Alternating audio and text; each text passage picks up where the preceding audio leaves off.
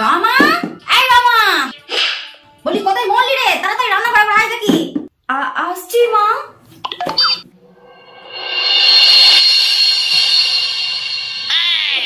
এই তো মা, আমি এসেছি। কিছু বলছিলে মা? হ্যাঁ মা, বলছিলাম সকাল থেকে বই মুখে নিয়ে বসে থাকলে হবে? কিছুক্ষণ পর তোমার বাবা অফিসে যাবে, রিনা যাবে কলেজে। বলি এবার একটু হিসেলে হাত দাও মা। বলো না মা, কি করতে হবে? আমি করে দিচ্ছি। মাছগুলো কেটে বেছে ভেজে ফেলে ভাতটা চাপিয়ে দে, আর ভাতটা হয়ে গেলে মাছের ঝোলটা বানিয়ে ফেলবি। উফ বাবা রে বাবা, ওই সকাল থেকে গ্যাসের সামনে দাঁড়িয়ে দাঁড়িয়ে আমার অঙ্গ যেন কালি হয়ে গেল। তুমি যাও মা, ঘরে গিয়ে একটু বসো, আমি এদিকে সব করে দিচ্ছি। কিরে রমা, তুই পড়াশোনা ছেড়ে রান্নাঘরে এলি কেন? তোমার সামনে মাস থেকে পরীক্ষা শুরু। শোনো, তুমি আর তোমার এই আদরের বড় মেয়ে আমাকে লেখাপড়া দেখিয়ে না। লেখাপড়া করে কত বিদ্যাধরী হবে সে আমার খুব ভালো করে জানা আছে। বিদ্যাধরী হবে মানে? বলি রমার মতো এ পাড়ায় কটা ভালো লেখাপড়ায় ছেলে মেয়ে আছে তুমি বলতে পারো? ছাড়ো ছাড়ো, ওই যত বিদ্যাধরী জাহাজ হোক না কেন, বলি কত তো তোমার মেয়ের জন্য সম্বন্ধ এলো, তা কেউ তোমার এই বিদ্যাধরী মেয়েকে পছন্দ করলো? হ্যাঁ, বিয়ে না হলে কি জীবন শেষ নাকি? তুমি দেখবে, তুমি দেখবে একদিন রমা কত বড় হবে, তুমি দেখবে একদিন। যা মা রমা, তুই গিয়ে পড়তে বস, যা যা যা, গিয়ে পড়তে বস। এই এই এই এই এই রিনার বাপ, তোমার কি মাথাটা খারাপ হয়ে গেছে নাকি? পড়তে বসবে মানে সংসারের সব কাজগুলো কে করবে? বলি আমি। কেন গো, তোমার নিজের পেটের আদরের মেয়ে রিনাকে ডাকো না, সেটা পড়ে পড়ে ঘুমাচ্ছে। যতদিন রমার পরীক্ষা না হয় ততদিন না হয় রিনা তোমাকে সাহায্য করুক। কি কি কি বললে রিনা?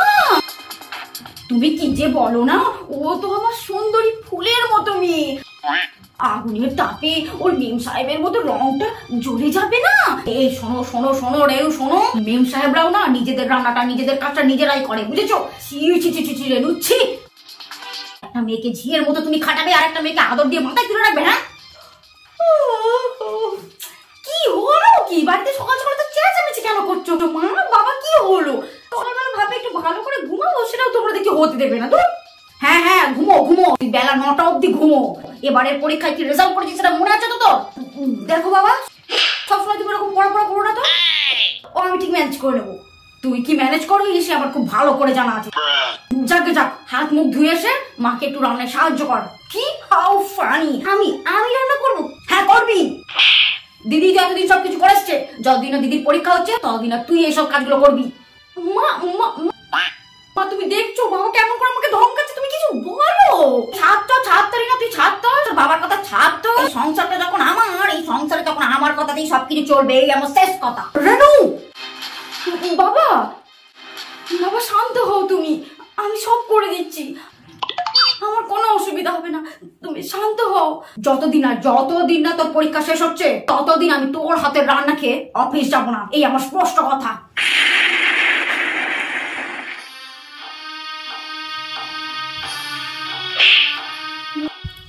হতভাগী, হতচ্ছাড়ি, অলক্ষণী কোথাকারে, তোর জন্য শুধু তোর জন্য আমাদের সংসারে এত অশান্তি। মায়ের সাথে মরতে পারলি না, মরলি না কেন? মায়ের সাথে মরলি না কেন? বল বল বলছে দিদি, বল বল, তোকে আজকে মেরেই ফেলবো। অলক্ষণী কোথাকারে একটা। মারো মারো, কেন আরো বেশি করে মারো, চড়ে একদম গাদটা লাল করে দাও। সব কথা শুধু বাবাকে গিয়ে লাগানো নয়, মারো কে মা, বেশি বেশি করে মারো। আমি বাবাকে কোনো কথা লাগাইনি, তুমি বিশ্বাস করো মা, আমি সত্যি বলছি, বাবাকে কোনো কথা লাগানো।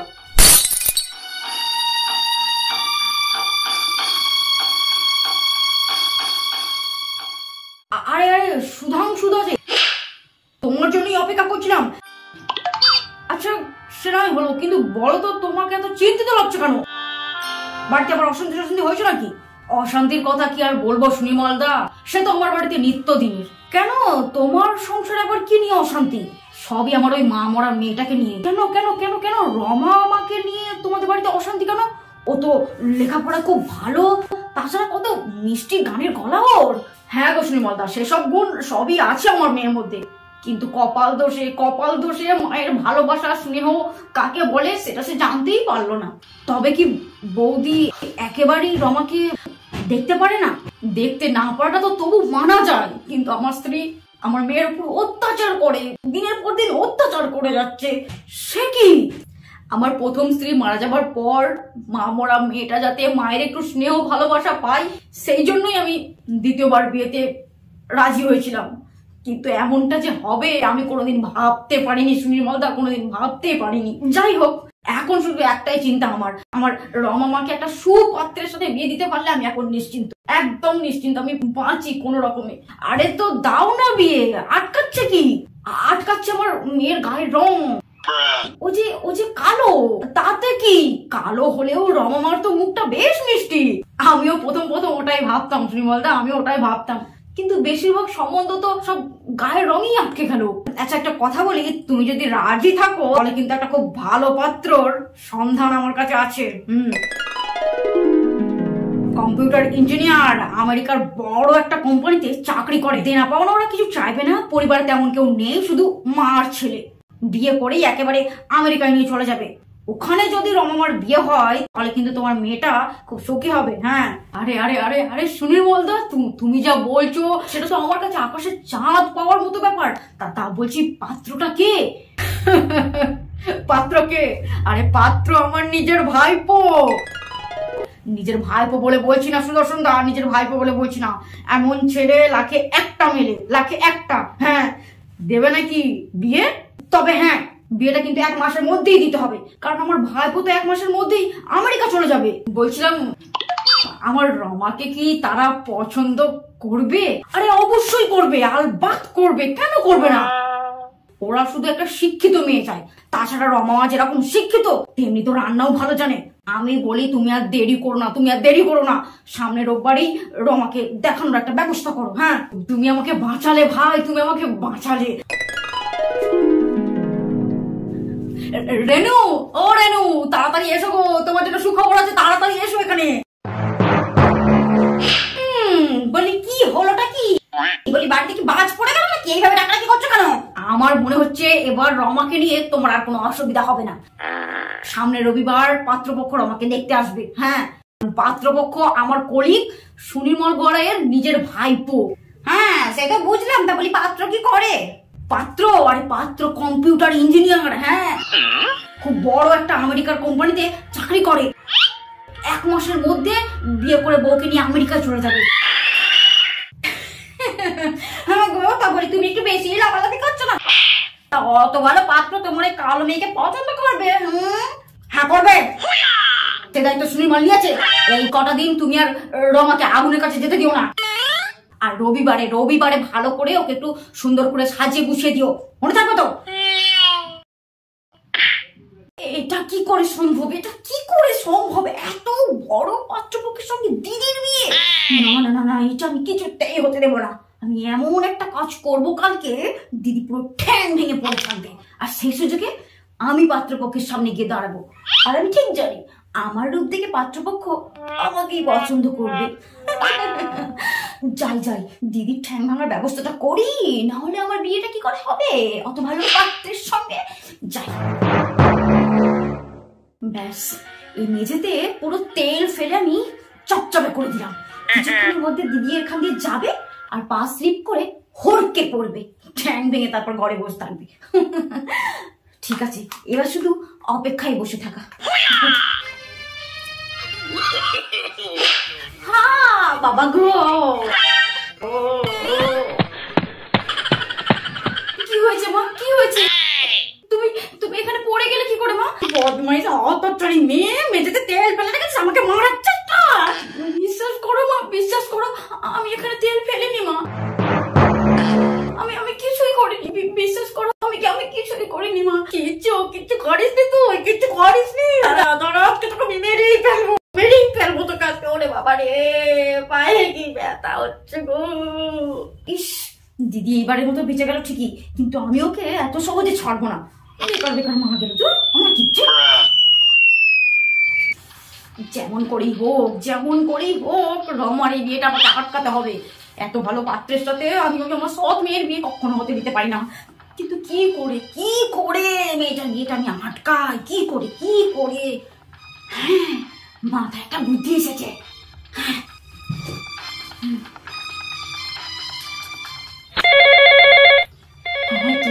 রিং হচ্ছে। কে ফোন করলো? কাজের সময়। হ্যালো হ্যালো দাদা, আরে বল, ওখানে সব ঠিক আছে তো? আর বলো না দাদা, এদিকে যে সব সর্বনাশ হয়ে গেল। কেন রে, কি হলো? আমার জন্য একটা ভালো বিয়ে ঠিক করেছে, সামনের রোববার ওরা দেখতে আসবে আমাকে। আরে তাহলে তো খুব ভালো কথা।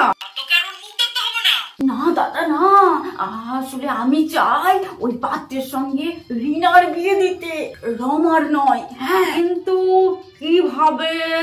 দাদা তুমি তো কেমিক্যালের ডাক্তার, তুমি এমন কিছু একটা করো, এমন কিছু একটা উপায় বলো যাতে যাতে করে রমা একদম খারাপ দেখতে হয়ে যায়, এত খারাপ দেখতে হয়ে যাবে যেন ও লজ্জায় পাত্রের সামনে আসতেই না পারে। আর সেই সুযোগে আমি আমার রিনাকে পাত্রের সামনে বসিয়ে একদম ওই পাত্রের সাথে গাঁট ছাড়া বেঁধে দেবো। আচ্ছা আচ্ছা ঠিক আছে, আমি বুঝলাম বুঝলাম। তুই এক কাজ কর, তুই সন্ধ্যাবেলা আমার বাড়িতে চল আয়, ঠিক আছে? তোকে আমি একটা স্পেশাল কেমিক্যাল সলিউশন দিয়ে দেবো, সেটাকে তুই শ্যাম্পু বলে, স্পেশাল শ্যাম্পু বলে রমাকে মাথায় মাখতে বলবি। যেমনি মাথায় মাখবে তারপরে যেটা হবে সেটা তুই নিজেই দেখা নিবি। তাই হবে তাই হবে। হ্যাঁ হ্যাঁ দাদা, রাখছি রাখছি। বোনের জন্য এখন এইটুকু তো করতেই হবে।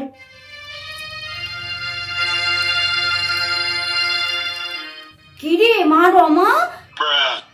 হ্যাঁ মা, বলি বিকেলে তো তোকে পাত্রপক্ষ দেখতে আসবে, তুই এখনো বই নিয়ে পড়ে আছিস? হ্যাঁ, আর তাছাড়া তো চুলটা দেখ, চুলি তো পুরো জটা পড়ে গেছে রে। কি ব্যাপার? মা দেখছি দিদির সাথে খুব মিষ্টি করে কথা বলছে। তুমি ওসব চিন্তা করো না, আর চান করার সময় না হয় শ্যাম্পু করে নেবো। না রে মা না, তোরা এসব বুঝবি না, কোনো সাধারণ শ্যাম্পু করলে হবে না। এই দেখ, আমি তোর জন্য একটা স্পেশাল হার্বাল শ্যাম্পু এনেছি। এই শ্যাম্পুটা মাথায় ঘষে দেখবি কেমন চুলে গ্লেজ দেবে। তুই তোর চুল দেখে জামাই বাবা একদম তোকে পছন্দ করে টক করে নিয়ে চলে যাবে। এই নে শ্যাম্পুটা ধর, মনে করে মাথায় ঘষে চানটা করে নিবি কিন্তু। এই নে মা, ধর ধর ধর। ও আচ্ছা, এই ব্যাপার, সৎ মেয়ের জন্য স্পেশাল শ্যাম্পু। যেই না মা শুনেছে দিদি আমেরিকা চলে যাবে, অমনি 180 ডিগ্রি অ্যাঙ্গেলে সাইন করে ঘুরে গেল। করাচ্ছি করাচ্ছি, আমি দিদিকে শ্যাম্পু করাচ্ছি। চানটা তাড়াতাড়ি করে নিস কিন্তু মা, ঠিক আছে? ঠিক আছে, বাকি কাজগুলো আমি করে নি।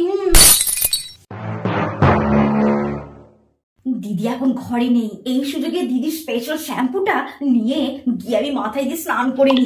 হ্যাঁ, তারপর বাকিটা ফেলে দিয়ে ওই কোটোতে সাধারণ শ্যাম্পু ঢেলে দেবো, দিদি বুঝতেও পারবে না। ইয়েস, কিন্তু শ্যাম্পুটা কই? এই তো, যাই তাড়াতাড়ি গিয়ে স্নানটা করে ফেলি শ্যাম্পুটা দিয়ে। রমা মা, তাড়াতাড়ি স্নানটা করে নে মা। যাচ্ছি মা।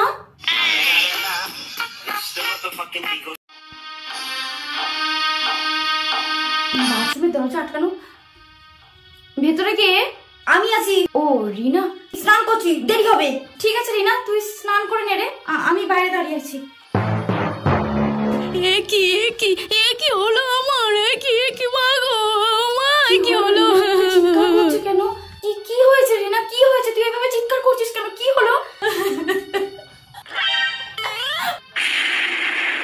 কি রে, তোর মাথার সব চুল কোথায় গেল?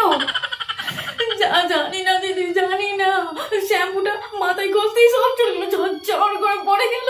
আমার মাথা এখন কি হবে রে দিদি? এখন কি হবে? ও মা, কি হবে এখন?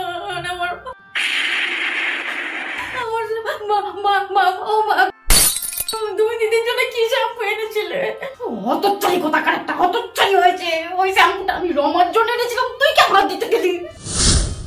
তার মানে তোমার আমার শ্যাম্পুতে এমন কিছু মেশানো ছিল রেনু, যেটা মাথায় লাগালি ছি ছি ছি ছি ছি ছি ছি ছি ছি, আমার ভাবতেও ঘেন্না লাগছে যে তুমি একটা মা। ছি, হায় হায় হায় হায়, আবার এ কি হলো? হায়, আমার ফুলের মতো মেয়েটা তো টেকো হয়ে গেল। এখন আমার কি হবে মেয়েটাকে নিয়ে? ঠিক হয়েছে ঠিক হয়েছে ঠিক হয়েছে, তোমার পাপের ঘোড়া পূর্ণ হয়ে গেছে, তাই এখন তোমাকে আর তোমার মেয়েকে এই পাপের ফল ভোগ করতে হবে। ছি ছি ছি ছি ছি, একটা মা মরা মেয়ের উপর এত জুলুম, এত জুলুম, ছি ছি ছি ছি।